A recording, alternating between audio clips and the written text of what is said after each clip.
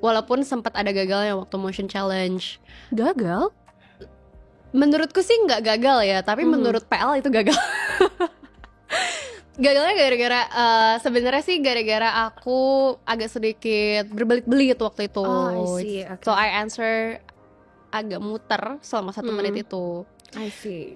Terus ya menurutku sih aku masih punya performa yang baik sampai di malam final waktu itu. Tapi aku nggak pede untuk juara 1 sejujurnya, makanya waktu juara 1 aku kaget. Oh ya? Tapi kalau aku nggak salah ya, aku kan juga ngikutin ya, aku kan anyways, tapi kayak udah kelihatan sih. I mean you shine differently gitu lah. Thank you. No seriously, dan even in Supernational itu emang you just shine. Sebenarnya aku pede akan ada di top 6 to top 4 itu karena waktu deep interview. Aku tuh ngerasa waktu deep interview aku tuh lancar jaya banget, terus kayak aku jadi diri aku sendiri waktu itu. Jadi aku kayak maybe I will go for top 6 even though I'm not a winner, tapi aku pasti akan ada di top 6 to top 4 gitu. I see, udah ada gut feelingnya lah ya. Udah ada gut feelingnya. Ini agak sedikit sombong tapi maksudnya bukan gitu, cuman kayak aku punya feeling aja gitu. Tapi ini nggak cuma di pageant atau di kompetisi. I feel that in everything we do in life, kadang kita tuh punya gut feeling gitu. Iya, punya. Dan itu mungkin yang dari atas sedang memberikan kita sinyal untuk brace ourselves. Tapi ini bukan Tata, aku yakin dan percaya Tata itu bukan sombong, tapi emang that gut feeling itu bener-bener ada. Yeah, and I believe maybe you feel that way too, right? I mean before mungkin kayak maybe you're gonna be in the top, but you don't know you're gonna be the winner, right? Yeah. That's how was my feeling. Kayak aku tuh udah pasti maybe in the top, aku bakal ada placement, but I don't know which one. Cuman aku nggak akan jadi pemenang waktu itu, aku ngerasanya gitu. Sampai akhirnya menang nih, yay, menang, konfeti, bla bla bla. Orang tua gimana? What was their reaction? Bener-bener ya mereka kan nonton live. Terus waktu Jawa Barat tuh mereka udah kayak berdiri nangis berdua pelukan kayak gitulah, so cute. Tapi pas udah keluar dari venue the next day, ada nggak sih langsung dikasih nasihat, pokoknya kan kamu udah putri Indonesia, kamu harus gini atau enggak gimana? Sih, mama tuh lebih ke kaget karena dulu aku nggak pernah pindah rumah, nggak pernah pisah. Aku tuh selalu kayak under my mom's or under my dad always. Aku juga nggak boleh untuk kuliah di luar kota tuh karena itu, kecuali aku approve being a doctor. Iya, kayak beside that enggak, kamu di Bandung aja gitu. Nah waktu itu tuh abis menang, well maybe waktu karantina ya udah karantina with a lot of the girls kan, dan memang cuma 2 minggu doang kan waktu itu, 2 minggu atau 3 minggu. Tapi waktu abis menang mamaku tuh agak kaget karena kayak aku harus stay in Jakarta.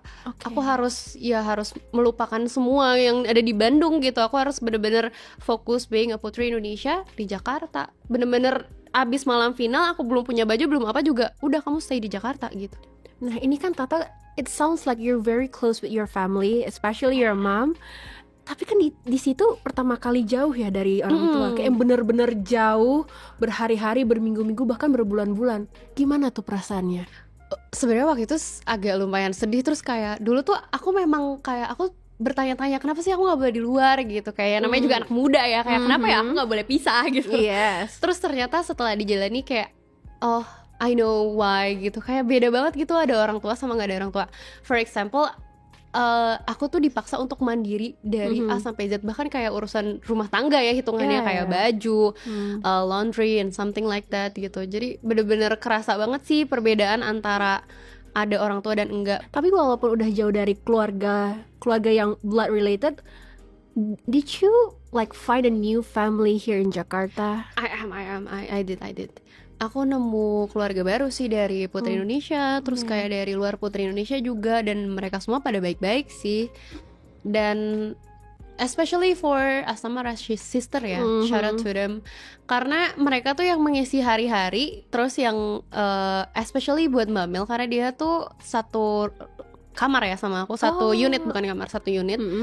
Jadi she's like a role model karena dulu tuh katanya dia udah pernah mandiri juga.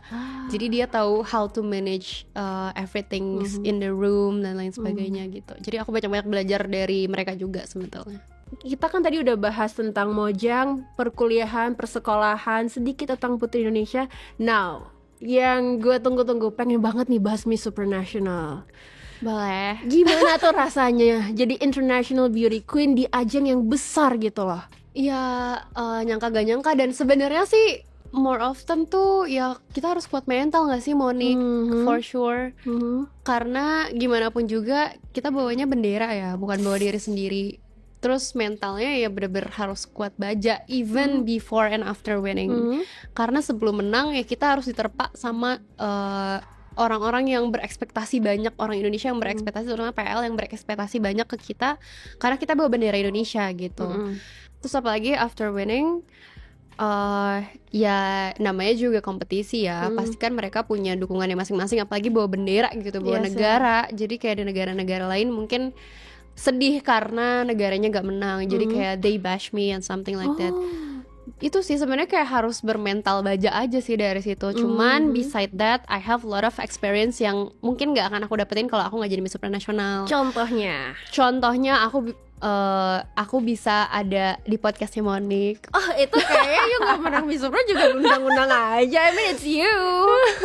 Contohnya kayak aku bisa diundang di TV, tapi bukan di Indonesia, kayak di luar negeri. Terus aku bisa, how can I imagine, aku bisa ke Argentina yang bener-bener jauh banget dari Indonesia, and it's not for travel only, but for my reigning as Miss Supranational, dan kayak tugas-tugas lainnya yang menurutku tuh kayak ini cuman bisa aku dapetin tuh kalau aku jadi Miss Supranational gitu, dan cuman sekali seumur hidup. Makanya aku benar-benar memanfaatkan waktu itu sebaik mungkin sih. Tapi selama menjadi Miss Supranational, punya nggak sih satu best friend atau teman paling dekat dari ajang tersebut? Ada Yuki Sonada from Japan, sama Aletea juga, dia dari Philippines.